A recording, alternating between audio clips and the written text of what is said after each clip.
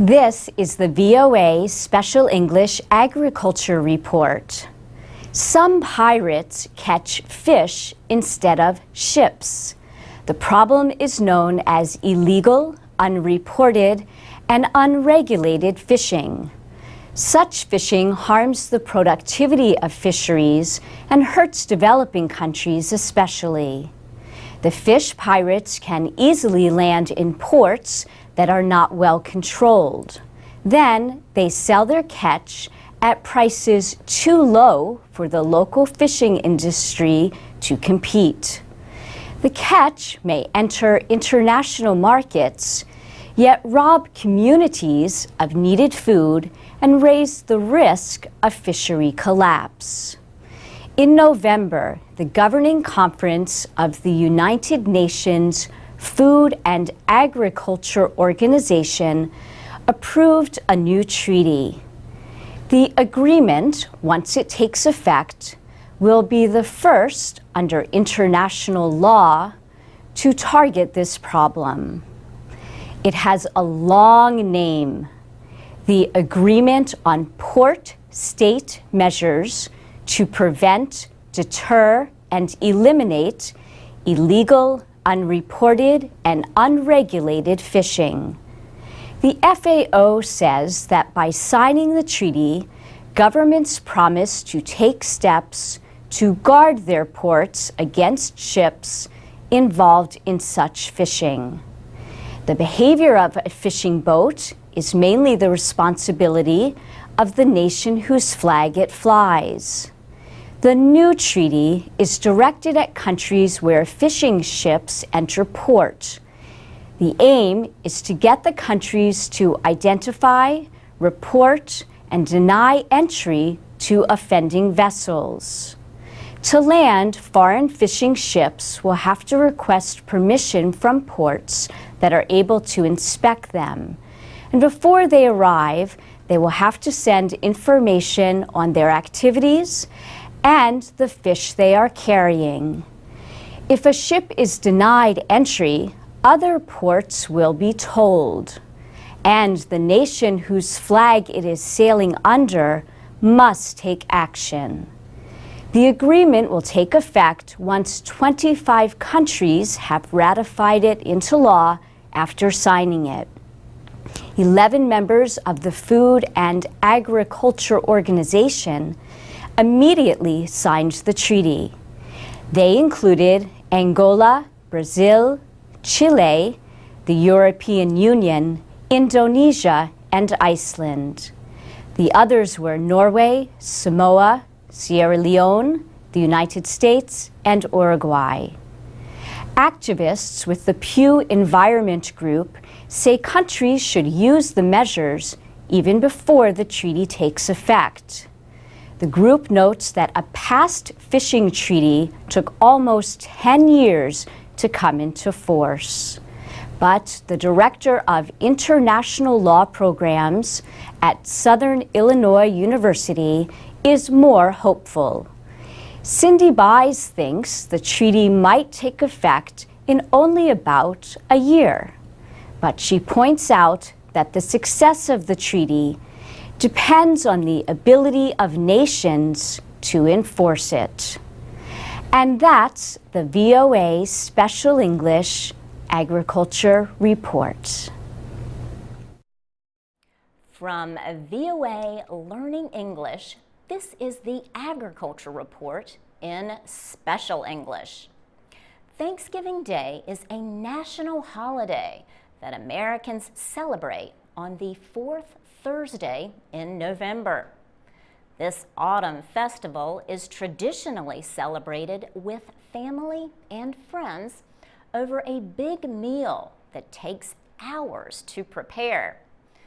The meal usually includes turkey served along with dishes like cranberry sauce, sweet potatoes, green beans, and pumpkin pie. The turkey is usually seasoned and roasted in an oven, but some people fry the bird in oil or cook it on a grill. The National Turkey Federation estimates that Americans ate 46 million of the birds during last year's holiday. About 2/3 of the turkeys raised in America came from 6 states: Minnesota, North Carolina, Arkansas, Missouri, Virginia, and Indiana. Turkey is eaten all year, not just during the holidays. Americans have been consuming an increasing amount of turkey, although chicken, beef, and pork are still more popular. One industry official says 2012 will not be as profitable for turkey farmers as past years have been. Feed costs are up, while turkey prices are about the same. The Pilgrim's Feast in 1621 is often considered the nation's first Thanksgiving.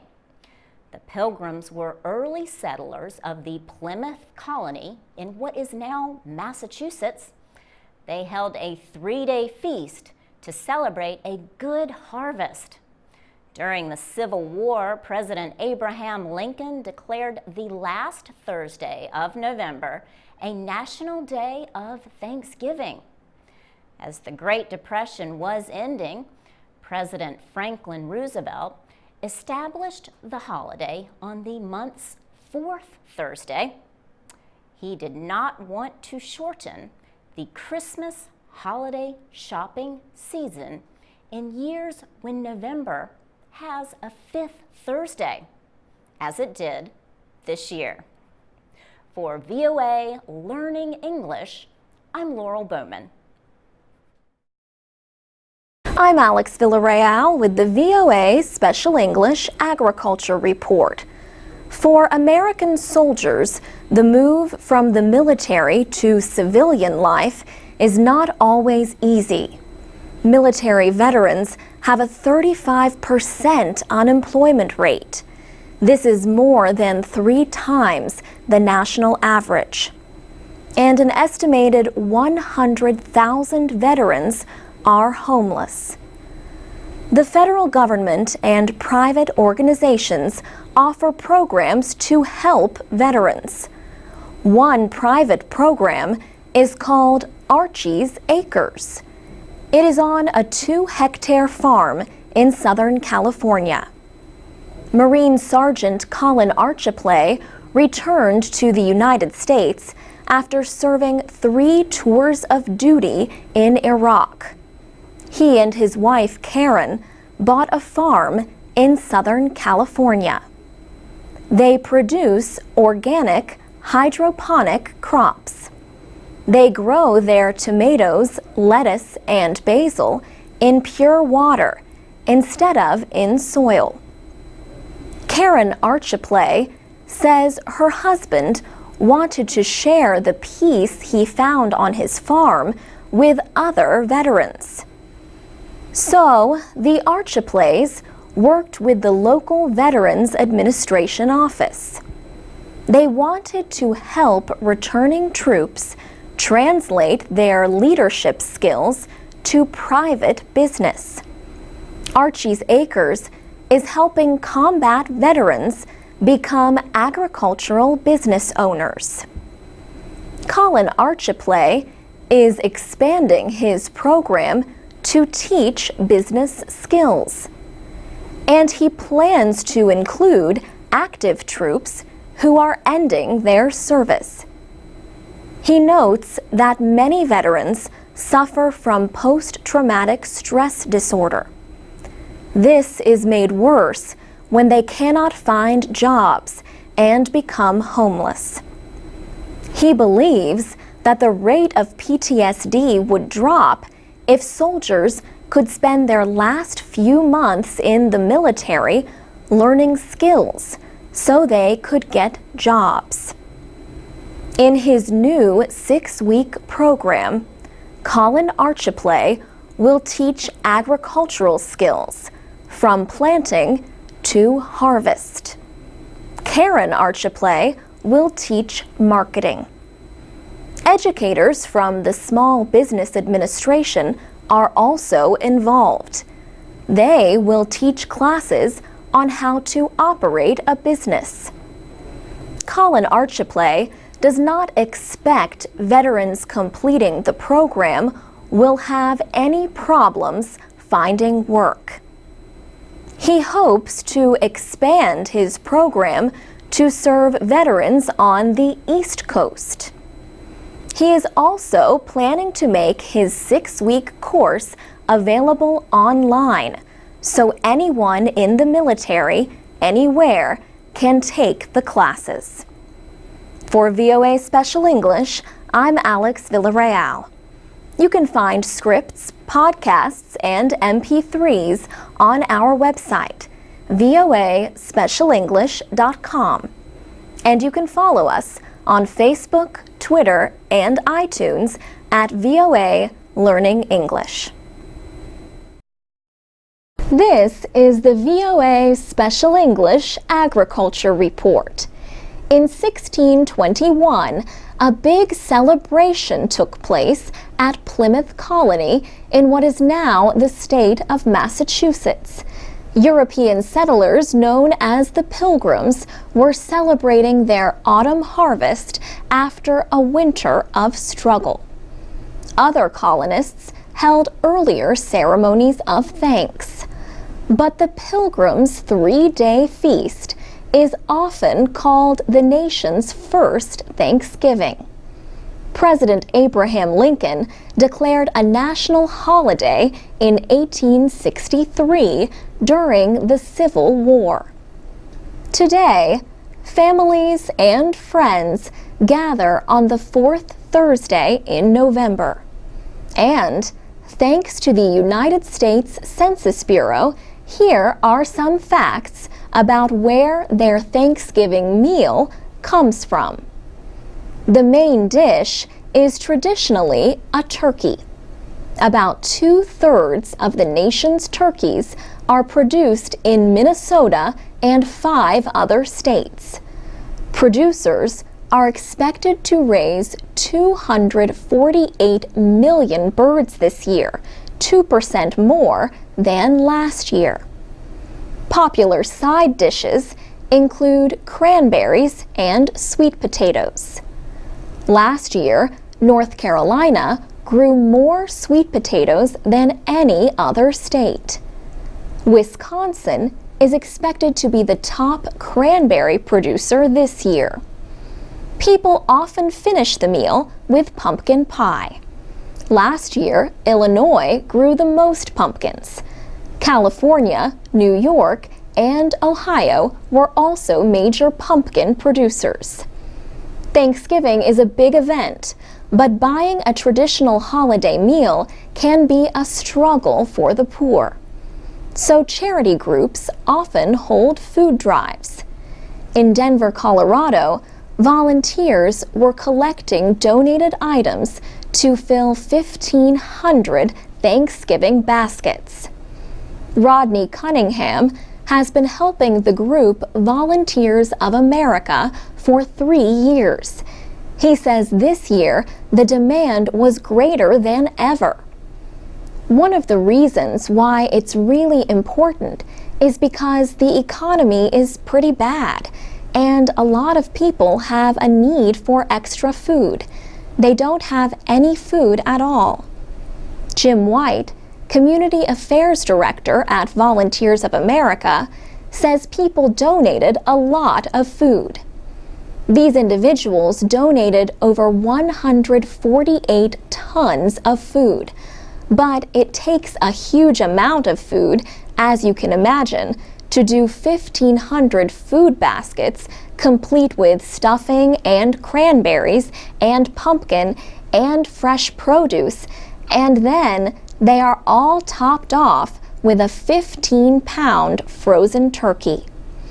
Mr. White says volunteers come from all over Denver to help.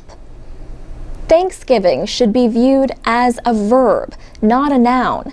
And what better way to give thanks than to help somebody out that you know is struggling right now? For VOA Special English, I'm Alex Villarreal. From VOA Learning English, this is the Agriculture Report in Special English. Severe food shortages in the Sahel area of Africa have affected 18 million people in 9 countries this year. This was the third severe food crisis in 4 years in the area south of the Sahara Desert. How can the Sahel break its cycle of food insecurity? Aid workers are asking that question as this year's emergency eases. David Gressley is the United Nations Regional Humanitarian Coordinator for the Sahel. He says during a crisis, families eat just 1 or 2 meals a day. They take their children out of school, and they sell their animals and go into debt. These actions put them at greater risk in a future crisis. In fact, many of the families affected by this year's food crisis have yet to recover from earlier ones. Aid agencies sent food and emergency assistance.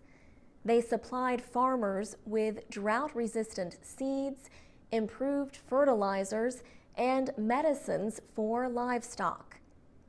Aid groups also worked to improve irrigation systems and grain storage. These measures dealt with short-term needs, but David Gressley says the work should not stop when the crisis eases.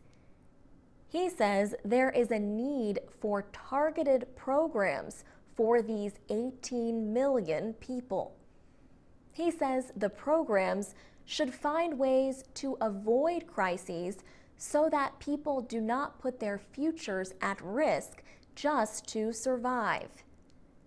Aid groups say they are working to build the resilience of communities, to make them stronger during a crisis. David Gressley says this means taking steps like reducing child malnutrition and changing cultural practices that may be harmful. Building the resilience of poor people also means investing in food reserves and social protections like health care. Aid groups say prevention costs less than treatment. For VOA Learning English, I'm Alex Villarreal. From VOA Learning English, this is the Agriculture Report in Special English. The humanitarian situation in Somalia has improved. United Nations officials say the improvement is the result of new methods of aid delivery, more rainfall, and success against militants. Luca Alanovi is head of the United Nations Food and Agriculture Organization for Somalia. He says the situation has changed in a sustainable way. But he says those gains are at risk if the international community fails to support the Somali people. He warns of a possible return to conditions like those in 2011. That was when a famine emergency was declared in parts of Somalia. Many people died. Many others walked for weeks to reach areas with food and water. Luca Alanovi says the FAO used cash-based interventions to help during the famine and the season after it. He says the aid effort urged Somalis to stay where they were. Earlier interventions, he says, were based more on simply providing food, shelter, and other basic needs. 2012 was a good year for rainfall in Somalia. 2 major rivers cross the country, so irrigation can be used in a lot of areas. Luca Alanovi says continued investment in irrigation could increase agricultural production to meet the needs of more than half of Somalia. Another issue affecting the humanitarian situation has been the success against the militant group Al-Shabaab. Forces from the African Union, known as AMISOM, along with those from the Somali government and Kenya, have driven militants from many areas. But Luca Alanovi says many rural areas remain under Al-Shabaab's control, and the military operation continues. For VOA Learning English, I'm Alex Villarreal. This is the VOA Special English Agriculture Report. Trees and plants are called ornamentals if their main job is to add beauty and interest to a garden. Dogwood trees, for example, are a popular ornamental in parts of the United States. They produce white or pink blooms in the spring. Cherry and plum trees can also add beauty to landscaping, even if they never produce fruit. Ornamental trees and bushes or shrubs can serve other useful purposes besides just looking good. Some also smell good and can be used to make scented oils, for example, lavender and lilac. Ornamentals can be used to mark the border of a property or to provide privacy from neighbors. They can be used to hide trash cans and storage sheds. Most ornamentals have the same needs as other plants: water, mulch, pruning for shape, and inspection for pests. But Master Gardener Bob Orazi says most of them take care of themselves after the first 6 months. Bob Orazi is a horticultural advisor in Howard County, Maryland. Years of experience have shown him that people often decide to plant an ornamental bush when they see one in bloom. They might see the yellow blooms on a forsythia bush, one of the first signs of spring, and decide to plant one. But he says most ornamentals are better to plant just before their leaves open. Some ornamentals and other plants are sold with their roots in a ball of dirt held together with burlap. But David Robson of the University of Illinois Extension says more and more plants are grown in containers. They are easier to ship that way. However, the roots may become encircled by growing around and around in the pot. So his advice is to pull the plant out of the container, then cut the bottom half of the root ball into 4 parts. This process is known as butterflying. The bottom of the root ball will look something like the spread open wings of a butterfly. David Robson says planting the root ball this way will produce much faster growth on a tree or shrub. But you have to remember that by butterflying, you are cutting down the overall height of the root ball. So his suggestion is to butterfly it first, then measure how tall the root ball is before digging the hole. Make sure not to dig too deep. The plant should not be sitting below the soil line. Another suggestion is not to let shrubs grow taller than 4.5 meters. If some shrubs get too tall, he says, they start losing their ability to produce good flowers. In that case, your ornamental plant might not be so ornamental. For VOA Special English, I'm Alex Villarreal. For more gardening advice, go to voaspecialenglish.com. This is the VOA Special English Agriculture Report. Foreign investment in African land is growing. Countries like China, Saudi Arabia, and South Korea are leasing or buying millions of hectares to grow food for their people. Research shows that many large land deals lack protections for small farmers. Contracts may guarantee leases for up to 99 years, leaving local people without land for generations. Better practices balance exports with local food needs and give farmers ways to enforce promises by investors. They also make clear what kinds of jobs and how many jobs will be created. Smallholders can gain influence if they form cooperatives or unions, or have the support of non-governmental organizations. There are different business models for cooperation between investors and local farmers. Lorenzo Cotula is a senior researcher at the International Institute for Environment and Development in London. One popular method, says Mr. Cotula, is contract farming. Contract farming has been around for a very long time, and which essentially involves a company providing credit, inputs like seeds and fertilizers and training and all that, and then buying produce from the farmers at a fixed price when harvest time comes. Companies usually deduct the cost of the inputs from the final purchase price. He says contract farming represents up to 60% of tea and sugar farming in Kenya and 100% of cotton farming in Mozambique.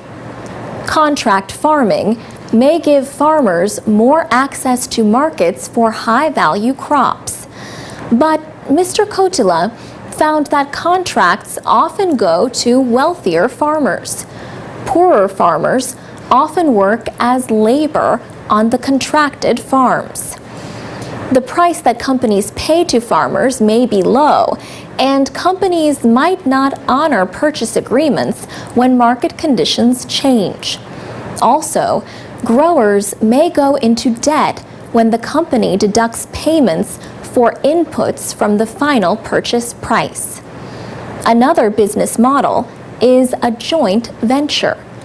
Lorenzo Cotula says an equity stake or share of ownership in a business can give communities a voice in decision-making. It can also provide income in the form of dividend payments. But a practice called transfer pricing can make those dividends disappear. Prices are inflated or deflated in deals with companies linked to the partner in the joint venture. This practice reduces profits for the joint venture company and dividends for smallholder partners. As a solution, contracts may require fair market prices for sales to partners. For VOA Special English, I'm Alex Villarreal.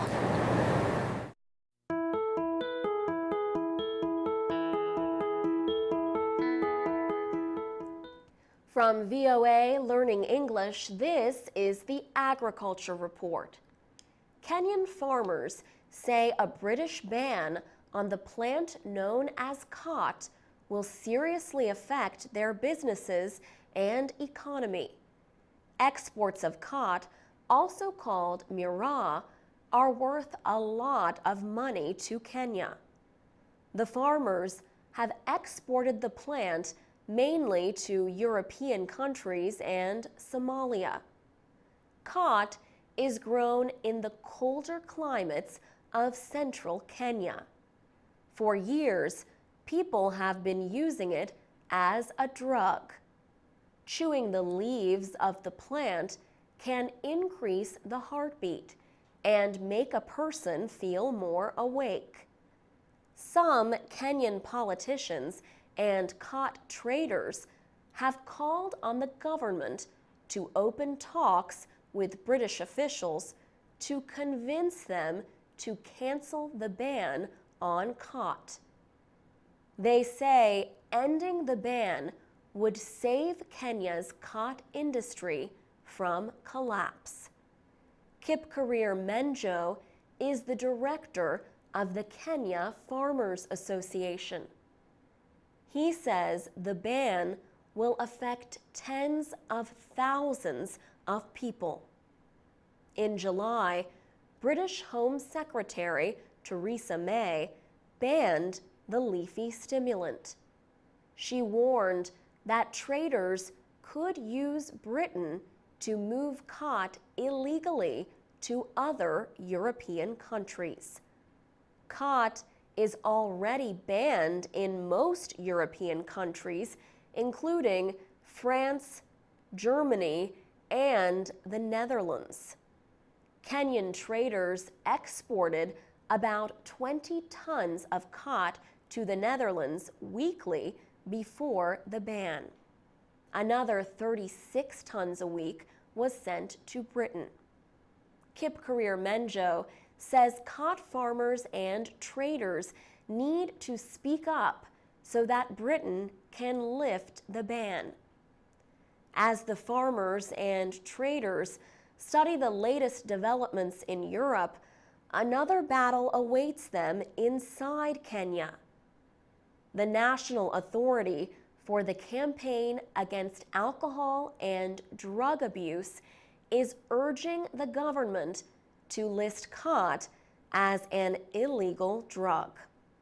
For VOA Learning English, I'm Alex Villarreal.